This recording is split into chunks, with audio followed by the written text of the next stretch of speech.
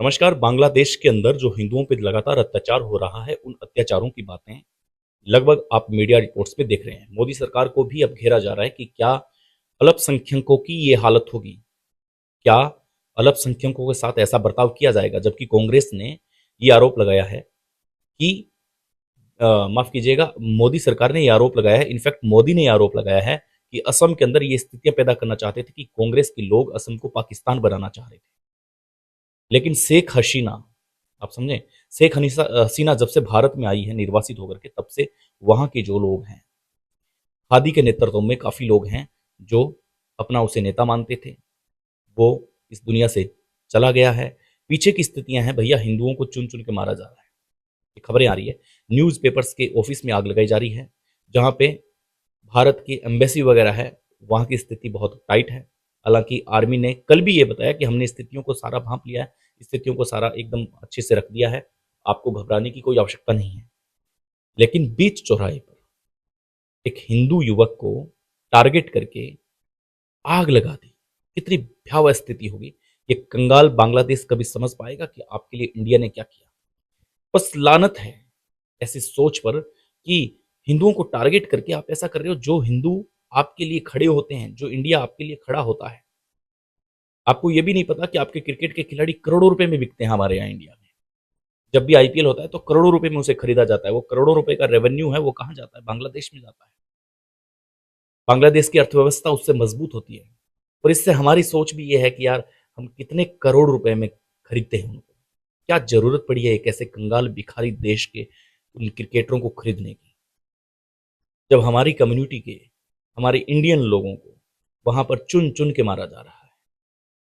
क्या इस देश में अब ऐसा है कि हम किसी देश में अपना स्टैंड मजबूत कर पाएंगे? अगर यही यूएस का, रूस का, चीन का अगर नागरिक होता तो बहुत मुश्किल होने वाली थी।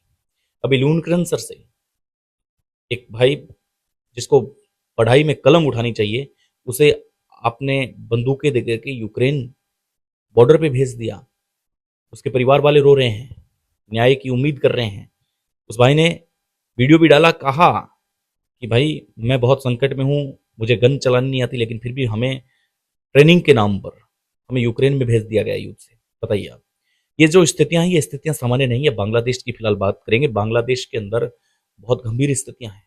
बांग्लादेश में तो अब ये कहा कहा जा रहा है कि हिंदुओं के लिए रहना सही नहीं है। चुन चुन के मारा जा रहा है हिंदुओं को, आग लगाई जा रही है, मॉल जलाई जा रही है, दुकानें जलाई जा रही है, घर में तोड़फोड़ हो रही है, चौराहे से, सड़क से। कहा जा रहा है कि किधर से निकलेंगे हम उनको देखेंगे, कहाँ से निकलेंगे हम उनको देखेंगे। इस प्रकार की जो भाषा है, वो भाषा आ रही है। क्या मोदी सरकार अब इस पर सख्त एक्शन लेगी? क्या मोदी सरकार बांग्लादेश के आर्मी चीफ से बात करेगी और कहेगी कि हमारे जो लोग हैं, उन लोगों को आप सेफली यहाँ पहुंचाएं? ऐसा नहीं है। आप इस स्थिति में हैं कि भैया, बांग्लादेश के कितने जो लोग हैं, करोड़ों लोग यहाँ पे रह रहे हैं, इंडिया में रह रहे हैं। भेज दीजिए बांग्लादेश में जितने लोग हिंदू हैं, उनको यहाँ भेज दीजिए। आप इनको लीजिए वापस अपने देश में लीजिए। हमारा तो वो देश है, जब हम किसी मुद्दे पर बात करते हैं तो भैया हम पुष्टि से बात करते हैं। हमने कभी हवाबाजी में बात नहीं की। आपका कोई खिलाड़ी खरीदा है तो भैया उसमें पैसा बकाया नहीं रहता। आपको कई योजनाएं देनी है, कोरोना के अंदर किट देनी है, बहुत सी ऐसी चीजें हैं, आपको कर्ज दिया है बांग्लादेश को, लेकिन वो सारी की सारी वो लोग भूल चुके हैं। अब शेख हसीना निर्वासित हुई है, वो आपने किया है, बांग्लादेश ने किया है, उसको किसी ने निकाला थोड़ी है कि तू इंडिया में आ। आप खुद ने उसको बेघर किया है, तो उसकी मर्जी है कि भैया वो कहाँ रहती है। और हमारा तो भाई वासुदेव कुटुंब, अतिथो अतिथि देवो भव, हमारी ऐसी सोच है। जब हम मेहमान नवाजी में इतने अव्वल नंबर पे अपना ओहदा रखते हैं, तो भैया शेख हसीना क्या चीज़ है? कहीं से भी आती है शेख हसीना, चाहे वो कहीं रहे, हमारे इस देश में रहे, उनके लिए जगह मिलेगी। लेकिन सत्य बात यह है कि शेख हसीना के चलते, और जो हादी जो मारा गया, उसका कनेक्शन जोड़ के भारत को बदनाम करने की कोशिश की जा रही है। जो हादी लगातार चुनावों के अंदर भारत विरोधी भाषण दिया करता है, लेकिन फिर भी भारत की मीडिया ने कभी भी ये नहीं कहा, क्योंकि उसका एक अलग कंट्री है, वो भारत विरोधी भाषण देता है तो दे, उसकी नेचर है, उसको स्वतंत्रता की अधिकार है उसे। लेकिन फिर भी ये सोचने वाली बात है कि इस प्रकार की जो बातें हैं वो सही नहीं है। बांग्लादेश, अब तो भैया पूरा भारत ये कह रहा है कि कंगारू देश है, भीख मंगा देश है, भीख मांगता है, लेकिन समय आने पर पीठ दिखा देता है। हिंदू कम्युनिटी को चुन चुन के मारा जा रहा है, कौन सा बदला ले रहे हैं? आपकी अपनी शेख हसीना ये रही, ले जाएं भाई, कौन मना कर रहा है? लेकिन आप किसी का घर उजाड़ेंगे, भारतीय एम्बेसी पे आप हमला करेंगे चुन चुन के कि ये इंडियन है क्या भाई, ये हिंदू है क्या?